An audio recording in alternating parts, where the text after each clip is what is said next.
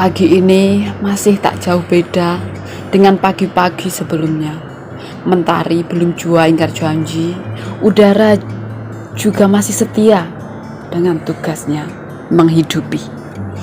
Tak ketinggalan si hitam di dalam cangkir porselen yang bermotif abstrak itu masih menemaniku untuk menghabiskan hari ini. Namun entah mengapa setiap kali hidungku menghirup aroma kopi hitam tanpa gula itu, dia selalu hadir.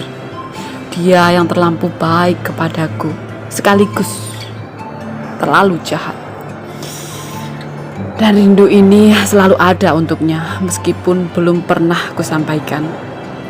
Dan tak akan pernah kusampaikan, karena bagiku definisi rindu akan kehilangan tulusnya jika tersampaikan oleh lisan.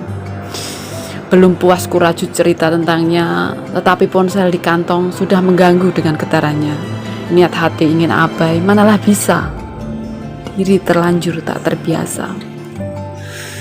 Dengan tanpa segenap rasa, ku coba membuka pesan singkat dari seseorang yang telah mengirim pesan.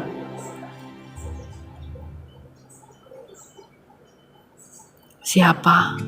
Tanya hati kepada diri. Hah? Ini kebetulan atau memang tembusan? Oh, dia, dewa. Mataku mengeja pesan singkat itu. Pagi, kamu udah lupa ya sama janjimu yang akan nemenin aku untuk ikut aksi hari ini? Aku hanya bisa tidak paham dengan maksud dan tujuannya. Perasaan terakhir ketemu aja setahun yang lalu, dan chat juga tidak pernah. Terus kapan bikin janjinya? Kan ngaco nih anak. Sebelumnya maafku pakai banget ya. Ngomong-ngomong, gue kapan bikin janjinya? Swear gue lupa. Tak lupa pula aku bumbui dengan emot sedih gitu deh, biar keseriusanku lebih mantap. Selang beberapa detik dan aku masih menunggu balasannya, tetapi hanya kosong. Pokoknya kamu ke lapangan Victoria Park Kosdb aja. Setelah sampai, silakan hubungi aku. Gak usah bawa payung atau air minum, aku udah sediakan semuanya. Bawa badan dan udah cukup. Ingat, gak perlu bawa kata tapi yang berlebihan, oke? Seperti perintahnya, aku pun mengikuti, walaupun dalam diri dipenuhi oleh tumpukan tanda tanya. Mungkinkah ini dampak dari rindu tadi? Dan sesampainya di tempat yang kami sepakati, ia memberikan t-shirt warna putih, payung warna kuning, dan sebotol minuman dingin. Lalu tak ketinggalan senyum manisnya juga disuguhkan, bersamaan dengan tangannya meraih rangselku dan kepalanya meneleng ke arah toilet sebagai kode bahwa aku harus segera ganti kostum.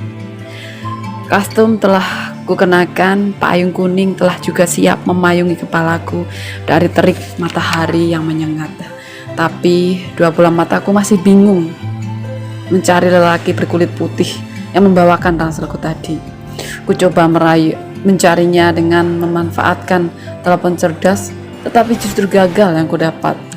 Aku masih kehilangan akal, tidak tahu harus pakai cara apa lagi untuk mencari si dewa. Hey, Wan Ping Koa. Gadis mungil bermata sipit itu mengagetkanku. Hey, apa ya? Homa. Sengaja tak kurespon pertanyaannya, karena poster yang ia pegang lebih mencuri perhatianku. Poster itu berwarna merah darah dan bertuliskan No China Extradition. Di atas tulisan itu bertengger pergelangan tangan yang terbelenggu rantai. Poster satunya yang dipegang oleh salah satu temannya juga sama, berwarna merah darah. Hanya saja yang membuatku tercengang-bengang adalah potret wajah yang terpajang di poster tersebut. Aku merasa tidak asing karena sering tersorot di layar televisi. Tapi ada apakah gerangan? Matanya sebelah kiri kok ditempeli palu arit. Tanda tanya di kepalaku semakin lengkap saja. Namun, aku berusaha untuk menghapus barang sebentar rasa penasaran ini agar tak bertambah menjadi. Topik pun kualihkan tanpa mengusik ruang sadarnya. Kupertanyakan tentang si dewa yang hilang entah kemana. Cengman, ya mungkin kau dewa. Hah? Dewa? Pingko hai dewa kah? Mukanya mengkerut hingga kedua alis matanya hampir berciuman, dan aku tertawa menertawakan diriku sendiri yang telah lupa bahwa nama dewa itu sebenarnya akulah penciptanya, sementara saksinya ya hanya dewa seorang. Oh, oji to hame phong ama佢仲做緊少少嘢喎，應該係後面啩。Aku segera balik badan dan menembus hutan manusia yang telah memenuhi Victoria Park.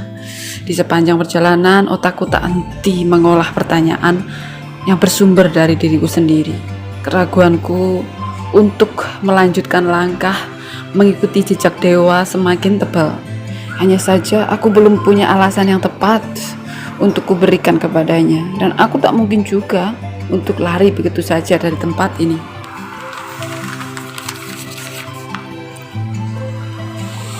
Panas yang menyengat,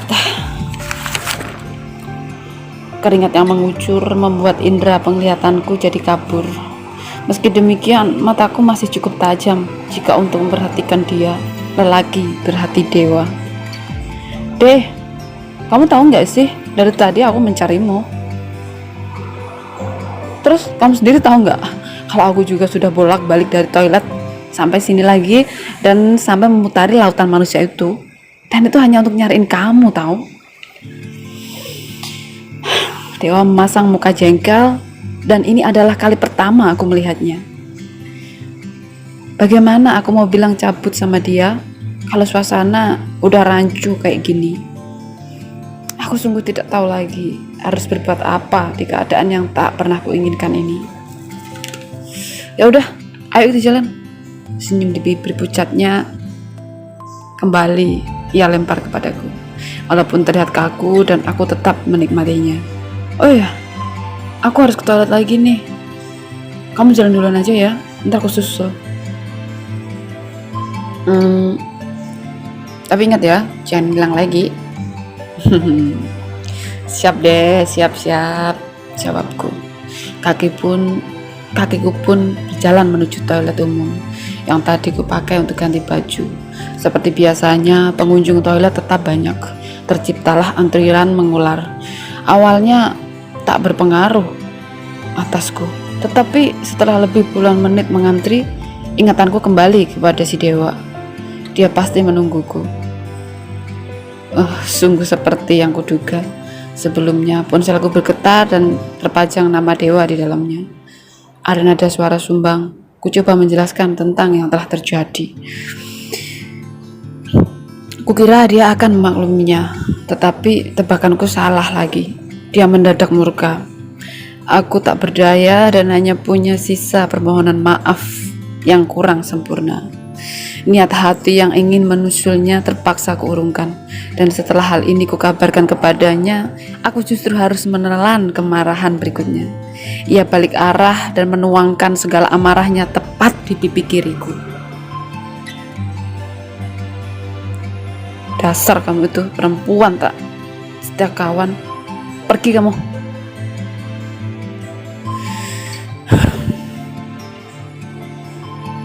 Air mataku pecah dan aku berlari pergi.